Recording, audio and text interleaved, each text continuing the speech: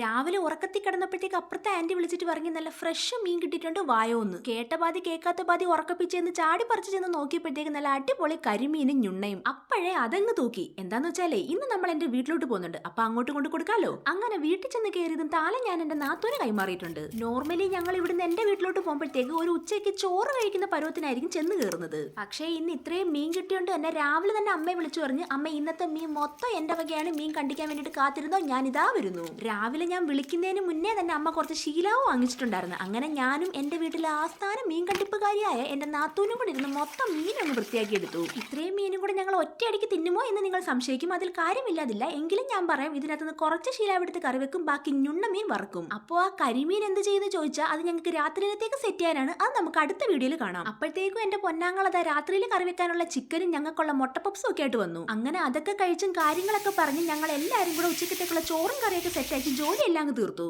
എന്നിട്ട് നല്ല ചൂട് ചോറും പുളിശ്ശേരിയും വാഴക്കുമ്പോ തോരനും മീൻകറിയും മീൻ വറുത്തതൊക്കെ കൂട്ടി എല്ലാവരും കൂടെ ഒരുമിച്ചിരുന്നങ്ങ് ചോറ് കഴിച്ചു. അപ്പൊ ഓക്കെ ബൈ.